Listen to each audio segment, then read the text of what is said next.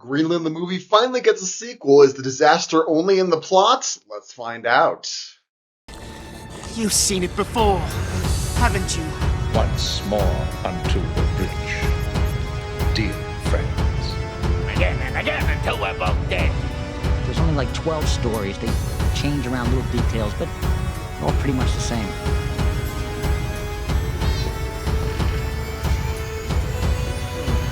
Deja vu.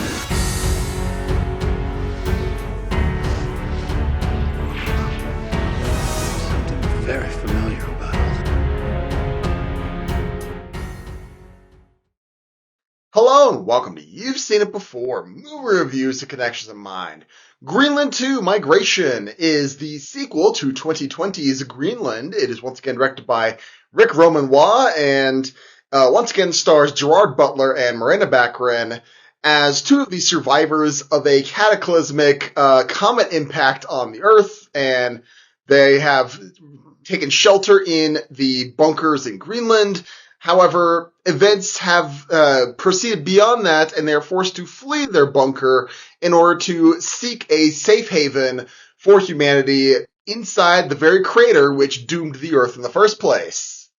Now, this review will contain spoilers of Greenland 2, as well as certain other things. I'll be doing my spoiler-free thoughts first and foremost, though, but just so you know, there will be spoilers later on this review. So, first things first, let's get into some spoiler-free talk on Greenland 2 Migration. Is this a good movie overall? Is this a good disaster movie? Is this a good movie to see in theaters? I would say, if you were a fan of the first Greenland, there's going to be stuff to like in this one. Me, myself, I am a sucker for a disaster movie. I am one who finds the best things in movies like Day After Tomorrow and 2012, and even the very few good things in Moonfall, even though I thought that one was a step too far in my opinion, but I digress. As far as the original Greenland goes, I thought that one was a step above. I thought it was a pretty decent disaster movie, especially one where prior disaster movies tend to focus on the big CGI spectacle of it all. Oh yeah, cities are being destroyed left and right, and yes, that does happen in the original Greenland, but it's primarily a character drama of this one family, and I liked that. I liked seeing these characters, and these were, real characters that I thought, and it helps that I am a big fan of Miranda Baccarin. She's my thing. I'll just leave it at that. But so going into this movie, I was like, all right, I want to see more about. I wouldn't mind seeing more about these characters. However, I rewatched the first Greenland before going in to see Greenland 2, and it's fairly obvious that they wrote the original Greenland with no real expectation that there was going to be a sequel to it. And much like many sequels that come about after a fairly standalone original movie, it feels the pressure to recreate the circumstances the perceived circumstances, I should say, that what made the original a success. And because of that, I feel like this movie does fall into those kinds of pitfalls with trying to recreate the disasterness of it all, down to the fact that they fully say that, oh, well, the comet that, impacted, Clark was the name of the comet that impacted the Earth. Well, there's now a ring around the Earth of smaller fragments that were left behind from the big comet, and they're periodically coming down and hitting the Earth again. And just to say, like, well, yes, clearly one of the things that made Greenland a great hit was because it was comet fragments falling to the Earth, so we got to have that. But you also have stuff like, well, all right, we've got to put our heroes in mortal peril at least, 5 or 6 times in order for it to count as a disaster movie. And we got to see random people in the background get killed off in in bizarre ways, in freakish ways, related to, meteors falling to the earth or, chasms opening in the earth. These things that are staples to classic disaster movies. We gotta have them. And it's like, why aren't, I admit that you have to have that spectacle. And yes, some of those things do, elevate the tension in certain instances. But what made the first Greenland great was the characters. And here we get to see, we do get to see more of the characters, except you don't get to develop them nearly as much as I think that they probably should have, especially considering the first movie versus this new movie. They bring up things that never get touched on again. Like, especially, a great example would be, in the opening scene, well, they're still in this, the Greenland bunker. The son, the young son of Gerard Butler and Marina Baccarin, who is now 5 years older, they have this one room where, looks like it's a communal room, and, you got people scrawling messages on the road, probably, like messages to, I miss so-and-so who probably died in the events, stuff like that. And when he goes into when he's at the foot of the room with his mother, he's like, I hate this room. And, she's like, no, go inside anyway. It's like, all right, fine. It's like, why does he hate the room? What significance does this play? Never brought up again. Same thing with, the turmoil of the son, where it's like, oh, well, he's, they're doing this. Oh, does he remember the impact? It's like, yeah, sometimes I wish he forgot. It's like, okay, tell us more about that. What is it? They have a couple of him glancing, because he now is a teenager. He's, giving suggestive glances towards, the young women in his, that he's meeting. It's like, well, what does this implication mean, to start a family in this post-apocalypse? Never touched on. It's like, all right, we're gonna bring this up, but no, we gotta move on. It's like, all right, we're gonna bring this character up. Who is this person? Why should we care about them? Oh, no, they're dead. Moving on. And it's like, slow down. Just take a moment to ponder the implications of living in this world. The whole point of this movie was to bring us back to the aftermath of the disaster movie, which, there are plenty of post-apocalypse movies, but in my mind, there are relatively few movies that are, apocalypse disaster movies that have a sequel that directly addresses the aftermath of that. And in a worst case scenario, you get an Independence Day resurgence where they rebuild only for them to do the same stuff again. And, at least in this one, they acknowledge that they tried to rebuild and then more natural disasters kept happening and, they couldn't. And that's addressed in the opening narration. You don't have to repeat the same thing over again in that front. But, the character moments, the quiet moments where we address the character motivations of these people are relatively few and far between. I mean, there's, Gerard Butler is, dealing with some stuff that, as a result of of the fallout of the meteor, there's lots of radiation stuff going on. They're dodging storms of radiation, natural disasters like gigantic tidal waves. And how is he dealing with that? The son is dealing with the fact that for a large chunk of his life, he has lived underground in this bunker and he misses seeing the stars. It's like, yes, these are great moments. I mean, my favorite moment of all is, at one point they talk about, they're in a car, driving to their objective, their next objective, and they're lament, Gerard Butler's lament, like, hey, want to do one of those old card games that we used to do? Like,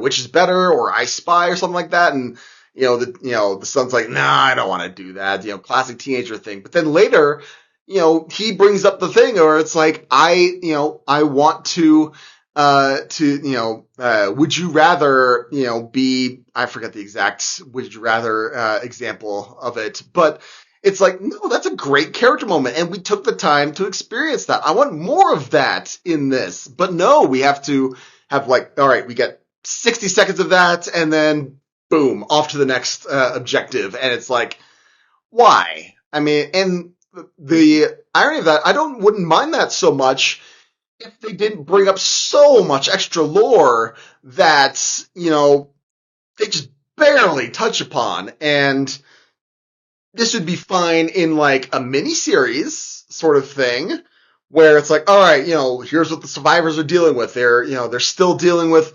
bunkers of people of the elites who aren't letting people in without badges. Like, all right, let's deal with that. No, but now, they're getting to the crater, and you've got these coalitions of the survivors who are fighting amongst themselves. One wants to protect the crater, and the other wants to exploit it. It's like, well, what is the implication of that? Tell me more about that. Nope.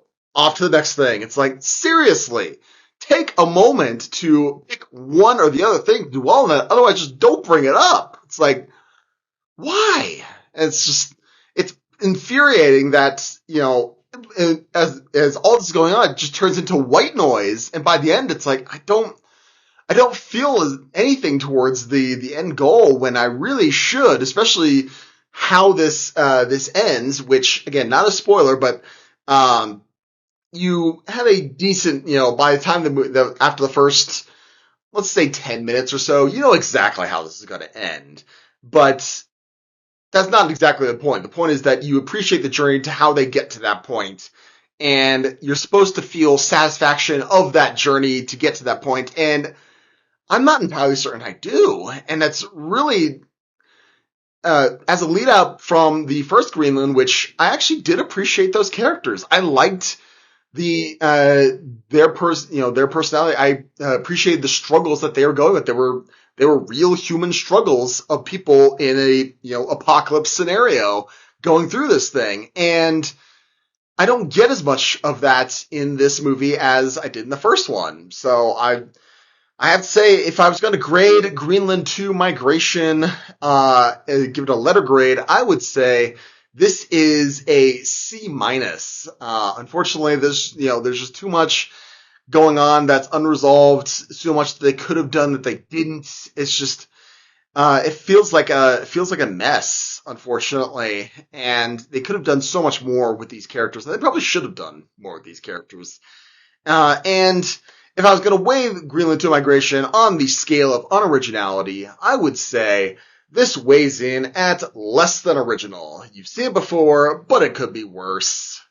And when I say, it could be worse, and you've definitely seen it before, let's get into our spoiler-free talk on Greenland 2 Migration, where I talk about certain plot points and character arcs that may seem familiar to you and where you may have seen them before.